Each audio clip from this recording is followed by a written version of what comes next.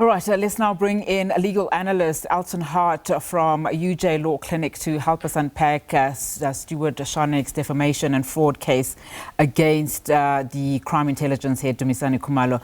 Thank you so much for your time, Elton. So essentially, Lieutenant General Kumalo, if we just take back, labeled Scharnick as a serial hijacker and linked him to criminal syndicates, as we've just heard. Kumalo also claiming that, that Toyota double cab bakkie driven by the National Commissioner Shadrack Sibia was, or Deputy rather, National Commissioner Shadrack Sibia was registered in Scharnick's name. Just looking at some of his testimony at the commission and what is now before him with this particular charge by Scharnick, what are we looking at here, Elton, and how significant is this going to be for General Khumalo? No, indeed, if we look at it, and obviously one needs to now look at, and I heard the gentleman, Stuart Scharnick, he indicated that he opened fraud and defamation charges, and people would normally think that defamation just only resorts under civil law, but there is also a case in the Supreme Court of Appeal where they actually said that you can actually go after a person criminally if he or she publish defamatory things to actually sort of injure or harm you. So for me, looking at it now, he has made this statements at a commission and it's under oath. So one cannot now deny that it's not published. It is published. He now needs to come and show that what I said about Scharnick being a serial hijacker is true. And obviously the gentleman said in the clip there that he went to the LCRC and he obtained a printout of his record and he was never convicted of anything. Obviously we don't have sight of that, so we can only speak when we have that document also in our hands to say that it's a substantiated claim that there was defamation, but obviously on the version that he's putting before us now, he has never been convicted. And for the general then to go on a public platform and saying a person is a serial hijacker it has the intent to actually harm that person's reputation, or it has the potential of harming that person's reputation and lead to economic loss for that person. So he needs to now back it up. And obviously, even if you get convicted once of car hijacking, one cannot now say, oh, Elton is now a serial car hijacker because he hijacked a car once. There must be a pattern, because a serial type of criminal, there must be a series of him doing those type of things. So I think this is now actually where you actually have the police now sort of half showing their hand to the people who's alleged involved in the alleged wrongdoing as to what they have on them. And I would have suggested that they did not bring out these things here and rather investigate it full and then charge the gentleman, Mr. Stuart Scharnick, with whatever you're alleging he's involved in. Charge him. Let there be charged to his name. Then one can actually say, we've charged this person for X, Y, and Z, and not just go to the commission, because we've seen these commissions, they come up, but they don't have bite.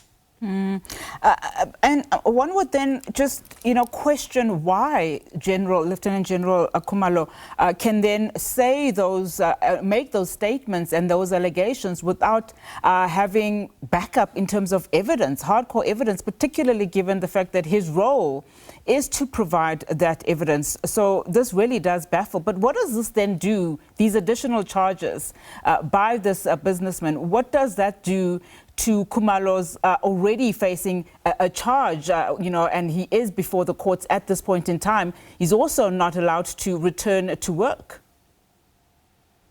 One can see this now as two things. Yes, two forces that's fighting against each other. And as much as you're going to burden me with criminal investigation and label me a criminal or a serial hijacker, I'm going to open cases against you and actually load your burden already, because we know already he's in court for other cases where he's standing trial. So now we're going to add this one additional, so you've got more headaches to deal with. But here, for me, it's a more deeper, sick thing that's happening within the ranks of our crime intelligence, that you would have senior officials, and I'm not saying they've done it, just senior officials having their names connected to shady characters, having their names connected to shady dealings, having their names connected to unsavory conduct. For me, that already is an indictment on our SAPS and our criminal justice system at the investigation part, not where I'm saying prosecution, just here where the investigation is playing out. It shows us that people can meddle into places if they've got sufficient authority to do such things. Yeah, I want to talk about something else, if you will allow me, Elton. I mean, we were meant to speak about Advocate Batoyi's statement yesterday at the ad hoc committee. Allow me, if I will, I know you were watching very closely. Advocate Batoyi refused to name prosecutors allegedly, implicated in corruption within the NPA. Can the NPA lawfully refuse to disclose names of alleged prosecutors implicated in corruption on the basis that, matters are not before the courts as yet? I mean, she did cite legal and ethical constraints from her reasoning, which is why MPs then wanted her to speak off camera, if you were, or without the media present. Now, indeed, what I think Advocate Batoyi did actually the most responsible thing from all these people that I've seen on these committees, not disclosing the name of a prosecutor that is facing possible prosecution, because that can interfere with the accused Section 35 rights, which is in the Constitution. It's entrenched there to say that you're naming me as I'm already an accused person. So that can actually already put me in a bad light. It can also endanger the lives of witnesses that is going to testify against these alleged perpetrators. So if you're going to disclose it now, it gives the criminals or the alleged offenders an opportunity to actually sort of have adjust and gather and even maybe clean up their acts, if one can put it that way, loosely in English, to say, listen here, these people are going to tend to bring in evidence against us. So we need to deal with them in one way or the other. And I think what Advocate Batoyi, as hard as it may seem for South Africans to accept that she did not want to disclose the name, I think it was legally the right position to take at that point in time.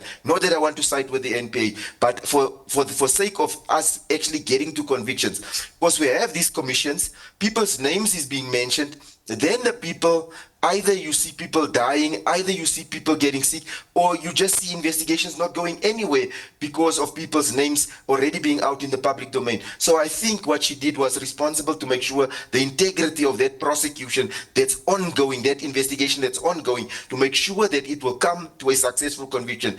And I actually, as much as I know South Africans want to hear the names of the prosecutors, I think we should just wait this one out. We've been waiting for a lot of things, so we can wait this one out so that they make sure due processes is followed and they do not infringe on that alleged accused people's Section 35 rights. So I think that is the right thing that she did.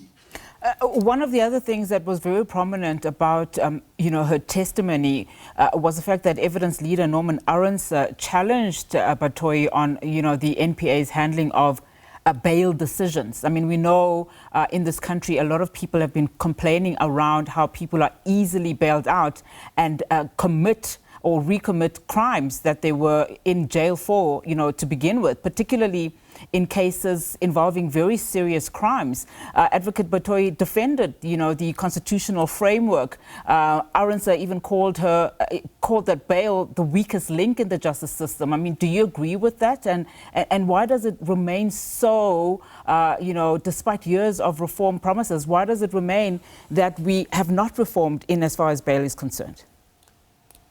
What one should always keep in mind that bail should never, ever in the South African context be used as a punitive measure to punish alleged perpetrators, because you have not proved that this person has committed the offense. Yes, there's allegations that's involved in the crime, but bail is a measure that's in place to make sure that an accused person will first stand trial. He will not interfere with the running of the criminal justice system. He will not endanger public safety. He will not interfere with or sort of intimidate witnesses. That's, if you look at Section 60, that is what bail is geared for. So one cannot now say you're not going to get bail because there's so much corruption in the country, and now because you are also charged with corruption, because it's rife in the country, you are not going to get bail. One needs to look at the individual before the court, weigh it up against Section 60, what Section 60 says the requirements is for you to satisfy the court that it doesn't exist, and what exist in terms of your personal circumstances, and then one needs to still read it in line with the Constitution, which is Section 35, to say a person is presumed innocent until proven guilty by a court of law. And I think that is the hardest thing. And if we want to say that the NPA is too light on bail, the investigating officers also in criminal matters normally would advise the prosecutor should they oppose bail or not. And if you have, like we see, there's allegations of rot and corruption within SABS. If a SABS police officer come to a prosecutor and say, but yes, this is a serious offense, but we have satisfied ourselves that this person will not interfere with the witnesses. He will come to trial. He's got fixed address. It's easily traceable. Then the prosecutor don't have a right to actually go, except maybe try and say that maybe it's his fifth or his sixth offense for the same thing, and hence he shouldn't be given bail because he doesn't have the regard for the law. So it becomes a difficult thing, and I think what she said, she was right in saying it's not just that you look at the NPA and say the NPA just gives bail, because the NPA is also guided by the investigation and the evidence that before it to see if we even have a case against this individual. Yeah, it remains a contentious issue, though, in South Africa, Elton, but I do appreciate your comments on that. That is legal analyst Elton Hart from the UJ Law Clinic to help us unpack, of course, firstly, on businessman Stuart Scharnick's defamation and fraud case against crime intelligence head Dumisani Kumalo. Then, of course, just touching on what Advocate Batoyi said at the ad hoc committee yesterday.